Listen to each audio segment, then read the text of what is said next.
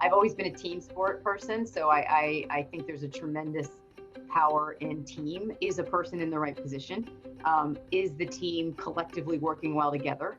Doesn't help if you have a bunch of superstars that can't kind of bring it together in a way that brings value. And it's super important how the team comes together. I think about it even in the context of hiring. Like, it's super important that you have the superstar in terms of the capability, but the cultural aspect of that person is as important, because if that doesn't work, the team is not going to gel. We spend a lot of time thinking about how do we create a safe space that allows people to be innovative. And innovation is not just about products. You could be innovating all sorts of things. So part of it is expanding people's scope of mind to let them know that innovation can happen anywhere and anytime. We reward and encourage failure. You're going to get it wrong sometimes, and that's okay, but you took a step, and taking that step forward is really an important part of how you create innovation. Share a glimpse into perhaps an interview with you. What do you look for in the responses when you talk to candidates? I don't even talk to a person before I get feedback from those around them or the market to get perspective on the individual. And that helps me start to frame in my mind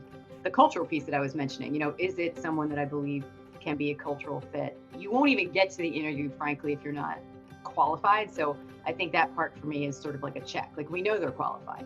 Then it's a question of what are they going to bring to the organization. So I'll ask real specific questions about what people do in scenarios or situations to get a flavor for how they react, to figure out whether the person is a fit as we think about the culture aspects of what we're trying to do and the business we're trying to drive. Are they bringing the capability, the expertise, the energy, the excitement? It doesn't have to be big energy, by the way. You can have quiet energy.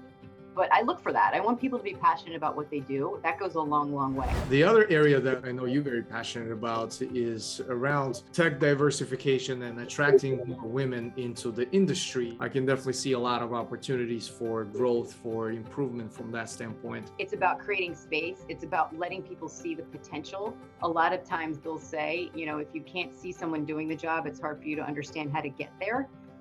So we want to try to create as many open dialogues as we can. And I think we have an accountability, frankly, personally, to be reaching out and helping women, in some cases right now, currently, actually come back to work in technology, because we saw a very significant exit of women in the workplace. We have to use our own networks. We have to figure out how to be vocal about it and get the conversations out there. And then we got to create flexibility. So one of the things that's really important, I think, for women, but I think for everyone, especially after we've gone through the pandemic, is creating flexible work environments. And that's something for us at Microsoft we think a lot about.